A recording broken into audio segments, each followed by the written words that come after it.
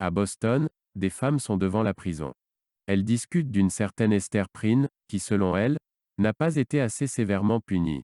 Cette femme devra porter la lettre A. Esther va sur le pilori qui est une partie de sa punition. Esther a avec elle son enfant. Un homme accompagné d'un Indien vient au pilori, il demande la faute qu'a commise cette femme. On lui apprend qu'elle est partie d'Europe avant son mari. Elle a été sans nouvelles de lui depuis 2 ans et elle est tombée enceinte. Les habitants de la ville ne savent pas qui est le père du bébé. Le révérend Dimmesdale, sous les ordres du gouverneur, doit sermonner Esther. Devant tout le monde, il lui demande de révéler le nom du père. Esther refuse de le dire.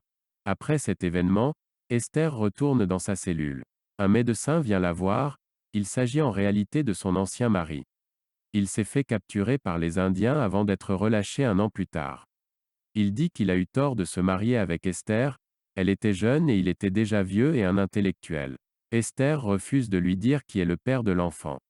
Quelque temps plus tard, Esther est libérée de prison. Elle décide de rester à Boston. Esther vit de ses travaux de couture. Elle est la honte de son village. Elle appelle sa petite fille Perle. Esther va chez le gouverneur. Certaines personnes pensent à lui prendre sa fille, car Esther porte sur elle la lettre écarlate. Quand le révérend Wilson demande à Perle qui l'a mise dans ce monde, la fillette répond que sa mère l'a cueillie dans un buisson de roses, ce qui n'arrange rien. Dimmesdale prend la défense d'Esther et celle-ci garde sa fille. Dimmesdale a l'air d'aller de plus en plus mal. Chillingworth s'intéresse au cas de Dimmesdale et il veut le soigner. Après l'avoir observé, Chillingworth lui dit que son mal-être provient sans doute de quelque chose de psychologique qui a des conséquences sur le physique. Un jour qu'il s'est endormi, Chillingworth découvre la poitrine de Dimmesdale et il se rend compte qu'il y a la lettre A gravée sur la peau. Dimmesdale décide d'aller sur l'échafaud et de rester là en pleine nuit pour montrer sa lettre écarlate à tout le monde et dire que c'est lui le coupable. Au petit matin, il rencontre Esther et Perle. Il lui demande qui est réellement Chillingworth qui est en train de s'avancer vers eux, mais Esther n'a pas le temps de répondre. 7 ans après l'épisode du pilori, Esther rencontre Chillingworth. Elle lui reproche de trop fouiller l'âme de son ancien amant. Chillingworth lui dit qu'Esther a payé sa faute, mais que Dimmesdale doit lui aussi payer. Chillingworth révèle également qu'il garde Dimmesdale en vie physiquement grâce à ses remèdes, mais que c'est seulement pour le faire encore souffrir psychiquement. Un jour, Esther se promène dans la forêt avec sa fille. Elle y rencontre Dimmesdale. Esther lui avoue que Chillingworth est son mari. Dimmesdale dit à Esther que Chillingworth lui cause de la répulsion et qu'il le torture psychologiquement. Esther décide qu'ils vont partir tous les deux de ce village. Elle veut retourner en Europe et y mener une vie nouvelle. Comme signe d'anéantissement de leur passé, elle arrache sa lettre écarlate. Elle veut faire rencontrer Perle à son ancien amant. Esther appelle sa fille, mais en voyant Dimmesdale, Perle s'arrête. Dimmesdale dit que le ruisseau est une frontière. Esther doit faire un choix entre sa fille et lui. Elle ne peut avoir les deux.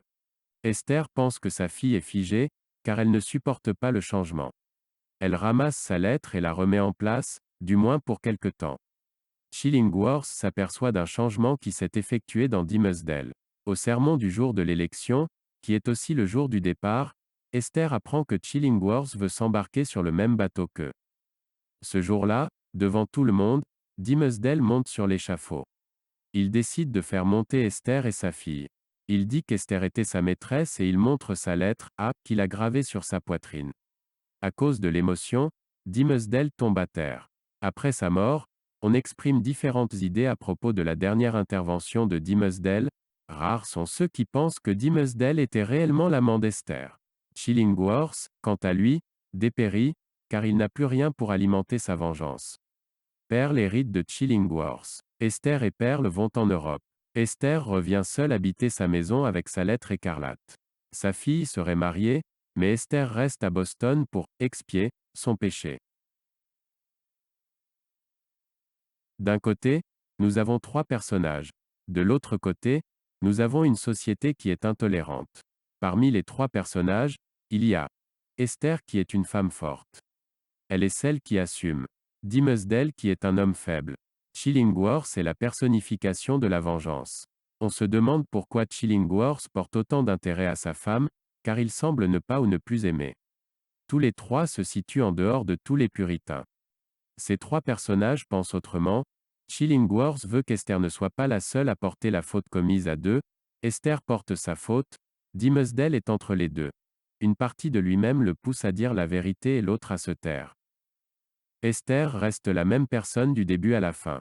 On peut penser que si Esther n'avait pas eu d'enfant, elle aurait pu passer dans l'autre camp, le camp de ceux des gens qui jugent. Mais ce n'est pas si sûr. En effet, Esther reste constante dans tout le roman et elle montre une solidité d'esprit qui semble innée et qui la différencie des autres. Le reste de la population, au contraire, modifie son attitude en fonction des attitudes que condamne et révèle la société. Ce roman ne raconte pas l'adultère. D'ailleurs, Dimmesdale ne dit directement qu'il est le père de Pearl. On se focalise sur l'après, sur la honte qui en découle, sur le rejet des habitants de la ville, sur leur jugement, sur la solitude qui accompagne la honte. Seule Esther peut porter la honte. On s'aperçoit que les gens ne sont pas tendres avec Esther, que ce soit sur l'échafaud, chez le gouverneur ou bien dans la rue. Les gens passent leur temps à juger, mais ne sont-ils pas eux-mêmes coupables de quelque chose? Esther a bousculé leurs convictions, leur morale sur lesquelles s'appuie la société. Dans ce roman, la morale s'attaque ici plus au paraître qu'aux mauvaises actions. À qui Esther a-t-elle fait du mal? Pas au peuple, pas à elle-même, ni à son enfant. Sans doute, est-ce parce que la faute est montrée à tout le monde, qu'Esther arrive à la gérer. Elle a l'impression de la payer, mais que se serait-il passé si sa faute n'avait pas été montrée? Est-ce qu'Esther se serait consumée de remords? En dehors des personnages principaux, le reste de la population semble être constitué de puritains, c'est-à-dire de personnes qui sont dotées d'une grande valeur morale. Mais ont-ils cette valeur morale puisqu'ils jugent, qu'ils ne comprennent pas et ne se mettent pas à la place d'autrui? Dans ce roman, la morale dit de ne pas avoir d'enfant hors mariage. Or, la lettre portée par Esther ne porte pas sur l'enfant. Sur l'enfant, ce n'est pas le C de children, mais c'est le A d'adultère. On ne lui reproche pas tant d'avoir un enfant, mais d'avoir commis l'adultère. D'ailleurs, le révérend demande à Perle d'où elle vient. Esther le lui demande aussi. La morale donne cet ordre vraiment figé, telle chose doit se dérouler comme cela et pas autrement. Si autre chose existe, alors l'individu est condamné. Ils sont tous les trois condamnés à ne pas vivre la vie qui leur a été destinée. Chillingworth aurait pu vivre une belle vie avec Esther, le révérend aurait pu monter en grade, Esther aurait pu vivre la vie d'une femme de l'époque. Les habitants oublient qu'Esther est une femme, elle n'est plus que la lettre A. Par ailleurs, le A peut désigner tout et n'importe quoi. Seuls ceux qui savent ce que signifie le A peuvent entretenir la honte. Esther orne la lettre, mais ne serait-ce pas un symbole d'une expiation plus forte? Le A, qu'il soit sur un bout de tissu ou gravé sur la peau, est une lettre qui a abîmé la chair. Elle a fait une cicatrice indélébile dans l'être, elle est rouge donc elle saigne, elle est tout le temps mise à découvert, la cicatrice est sans cesse réouverte. Mais en même temps, la lettre A symbolise quelque chose de positif. La lettre que porte Esther est rouge. Le rouge symbolise la honte, mais c'est aussi la couleur qui sépare des autres, qui met au-dessus des autres. L'idée de la lettre est de porter un stigmate. Comme si les soi-disant coupables n'avaient pas assez honte, il faut qu'ils portent une marque pour les différencier des autres. Avant, ces individus étaient dans le groupe. Maintenant, ils sont en dehors. Les gens les rejettent, car à cause de ce stigmate, on s'aperçoit que ces personnes ne sont pas comme les autres, alors que cela peut être faux. Le stigmate permet aussi à ceux qui ne font pas partie du groupe de savoir que ces personnes ne sont pas comme les autres. D'un côté, il y a ceux qui portent leur faute, Esther. Elle est la seule à dire la vérité et à la soutenir. De l'autre côté, nous avons les autres qui vivent dans le mensonge ou qui gardent la vérité à l'intérieur d'eux-mêmes, dit Musdell. On s'aperçoit que de faire sortir la vérité de soi-même fait plus de bien que de mal. Quand on garde la vérité en soi, elle nous ronge petit à petit. Dimmesdale meurt de son secret. Chillingworth n'est pas mieux, car en voyant sa femme tachée de honte, il ne dit pas qu'il est son mari. Quelle honte y a-t-il? Si les autres n'avaient pas honte pour Esther, elle n'aurait pas honte. On ne sent pas qu'elle a honte en elle-même, elle essaie juste de se racheter auprès de la société. C'est un peu comme si sa honte allait tacher la vie des gens qui sont extérieurs à elle, alors que ce n'est pas le cas. C'est une question que je me suis toujours posée. Chaque individu ne devrait s'intéresser qu'au gouvernement de sa propre existence. Il est déjà bien difficile de construire sa propre vie. Il existe des personnes, qui en plus de contrôler leur vie, souvent mal, veulent également contrôler la vie des autres. On dirait presque que les erreurs des autres les salissent. On peut se demander pourquoi Perle s'appelle comme cela. Perle fait penser plutôt à une partie d'un collier, d'une ornementation. Elle ne fait guère penser à une honte. On dirait que toute cette honte accumulée semble avoir placé Esther bien au-dessus des autres.